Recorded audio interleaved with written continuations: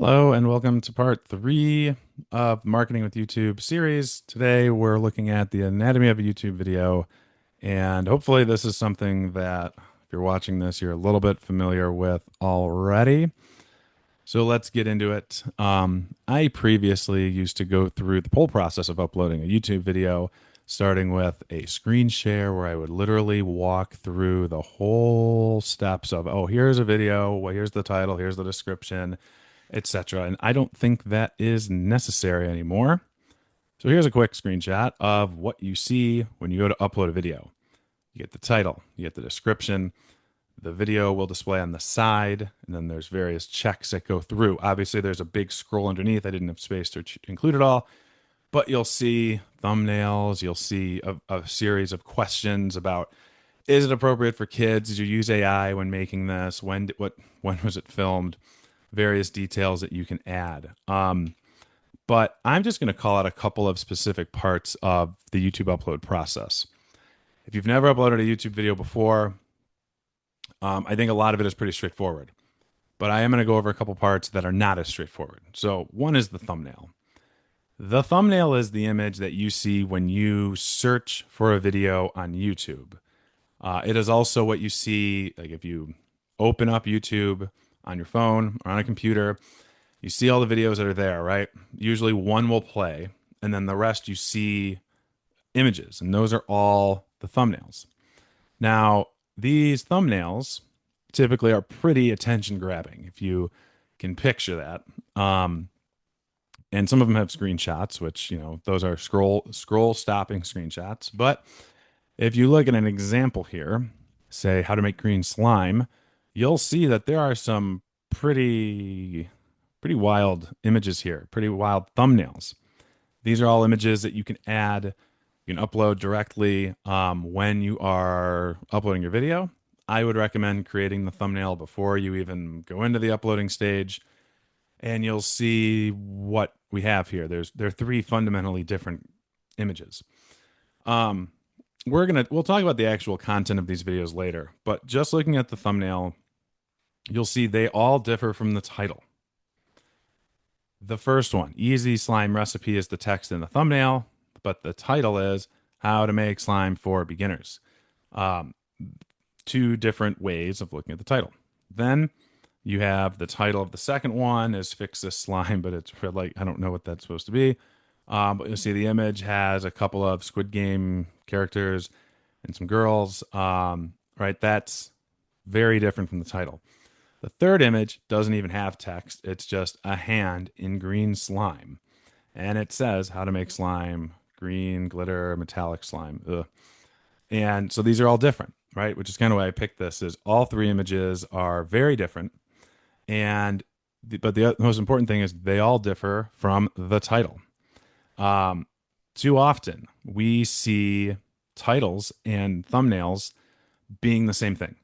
Now, there have recently been claims that YouTube's algorithm is powerful enough that it can screen read the text on thumbnails, and it wants your title to be in the thumbnail.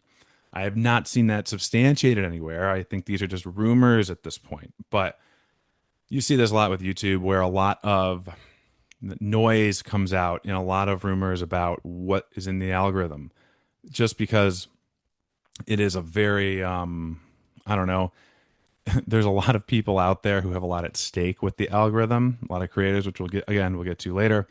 So you'll kind of see just about every possible, every possibility about what could go into the algorithm out there. So that's the one thing on thumbnails I wanted to share. But the next thing is the idea of playlists.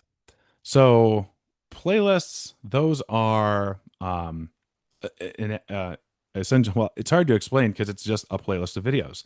So when one video plays after another, when you upload a video, you can add, one of the options is to add it to an existing playlist, which I do with all of my videos here.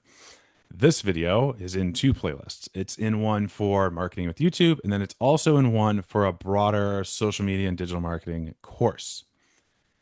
The broader course, a lot of videos. Still, I'm in the middle of creating it. There's probably going to be 50 when it's all said and done. But the marketing with YouTube is just this handful here, on which we're on number 3. So the nice advantage is that it is organized, but probably the biggest advantage is that you can really avoid the YouTube roulette that inevitably occurs because most users have YouTube set where they watch a video, and if they get to the end, you're going to see a random video that is recommended to you that the platform wants you to watch is going to come up next. Unless your video that you just watched is part of a playlist. Then the next video in the playlist will come up. Now, avoiding YouTube roulette is good because if somebody actually takes the time to watch your video from start to finish, chances are there's a high probability of them sticking around for at least part of the next one. That also will help increase the odds that they subscribe, engage with the video, all the positive things that come along with keeping people engaged on your content. So you can see how playlists look here. Right, this is if you look at it on a computer, full row. This is the publisher of the old book that I used. And you can see there's 3 in a row. Okay, these are nice. Popular uploads. And then there's the expert sessions, which is the second row. But I included thumbnails in this header because you'll notice on these thumbnails, all the titles are exactly the same. So as a result, I'm not learning anything new other than the title itself. Whereas if back on the slime thing, you see different ways of promoting that the video. Here, you are just seeing the same title repeated on the thumbnail and in the actual title.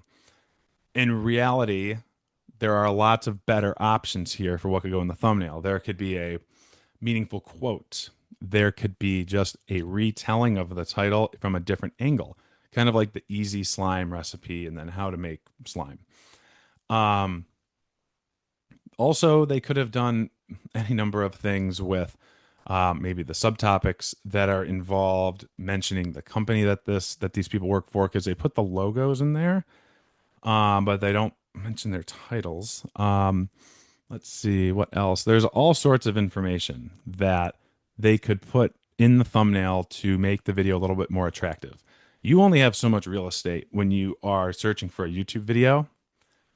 It's important to really take advantage of what you have and not just duplicate efforts from one part of your real estate to the other. All right, up next are cards and end screens. This is where people might not be as familiar. A card is, I don't have a screenshot of this, but it's when you see a little letter I that appears in the upper right corner that you can click and you can go see something else. An end screen is what shows up at the very end of a video. If you make it that far, I do have an example of that. The interesting thing to know here is that one, they can only link to other videos or your channel or a playlist or an external site. The end screen itself is a little bit different because that is a little bit more visual, and it only is allowed to play in the last 5 to 20 seconds. Cards can appear at any point, although it has been said that you're much better off just saving cards for the end, because then you could lose people, which then plays against you in the algorithm. But in any case, you're looking at a very, very low percentage of viewers who are actually going to click through. I've seen some estimates as low as 1%. I believe end screens have a higher click-through rate because the video is over, people have made it to the end, and there's just more you can do with that. The cards have become so minimized that sometimes you don't even notice it. When I heard what the card was, when I saw like the refreshed card, I watched a couple of videos. So like, all right, where's the card? And I was missing it regularly, even though I was actively looking for it so that I could grab a screenshot. So you can see how the differences here are between these. Really, in terms of how often should you use them, the common the common thought is just don't really bother with cards unless you kind of need to. And by need to, I mean like if you really want to direct people to a playlist or to subscribe, that is just those are just engagement drivers. There's really no other reason to use them. But end screens, on the other hand, are different because similar to a playlist, if somebody makes it to the end of your video, they have clearly you've got them. Like you have them. You need to take advantage. You need to convert them on some level to do something. If you have a video in a playlist, then that's great because then they just go on to the next one. But you can also use an end screen to show a variety of different things. My example here is Bill Simmons has his podcast. He left ESPN years ago and to do his own thing. Now, a couple, well, he left ESPN, started an ESPN related blog called Grantland. Then he moved on from Grantland to create the Ringer Network, which is where he is now. They have a whole network of podcasts. It's all audio based, but there's a website with a lot of content there. And what you'll see here is he has shown a variety of stuff here. Some merch, which is on the left, and then you'll see two videos on the right. So the way that this works is if you add an end screen, it offers you different designs. This layout is one of the designs where you have one product on the left, multiple videos on the right.